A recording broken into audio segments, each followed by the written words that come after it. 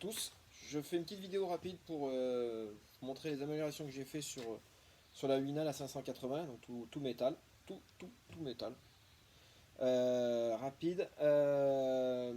Changer l'axe de la flèche. Repercer à 5, tout passer en diamètre 5. À la base c'est du 3,5, ça vaut pas grand chose. Repercer l'axe du levier. Je l'ai passé en 5 aussi. J'ai changé l'axe là aussi qui était plus petit, l'axe du godet qui était tout petit. Celui-là aussi a été changé. Et celui-là, je crois, est laissé. Il y a que celui-là qui est resté d'origine, qui avait quasiment aucun jeu. Sinon, celui-là avait du jeu, celui-là avait du jeu, celui-là avait énormément de jeu, et celui-là avait du jeu aussi. Donc là maintenant, si je fais plus bouger, voilà, et si je tiens juste ça, j'ai pas de jeu, quasiment aucun jeu en rotation. Et là, en poussée tirée, mis à part le jeu du VR1, qui ira toujours, j'ai quasiment plus de jeu. Donc super, c'est vraiment, ça change beaucoup. C'est ce que j'ai fait pour le moment en amélioration, c'est quand même pas mal. À venir,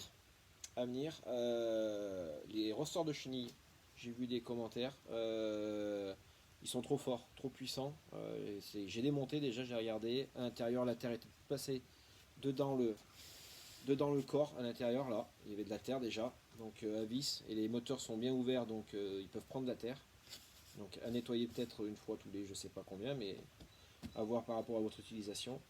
Donc remplacer les ressorts parce qu'ils sont quand même hyper costauds. Je vais certainement acquérir un nouveau godet, un godet niveleur très large, peu profond.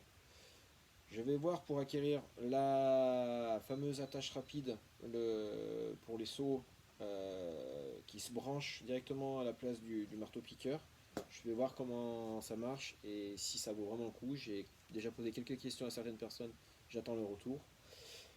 Et puis je vais rajouter des phares. Alors là on a les phares qui sont ici, mais c'est bien quand on travaille, si on va être dans le réalisme, c'est pas ici que je travaille, c'est là en bas. Donc en fait je vais plutôt essayer de réinstaller des phares, mais qui sont sur la flèche, qui vont éclairer toujours en face de là où la flèche va travailler. Donc je vais voir pour faire ça, en laissant cela. Et puis il y a un autre upgrade qu'on a vu, qu'on m'a fait part, c'est un joint plastique qui se fixerait pour la tourelle, pour réduire le jeu que l'on a comme ça, qui est quand même qui est là. Et puis je vois que il y a de la graisse qui commence à sortir là aussi dessous.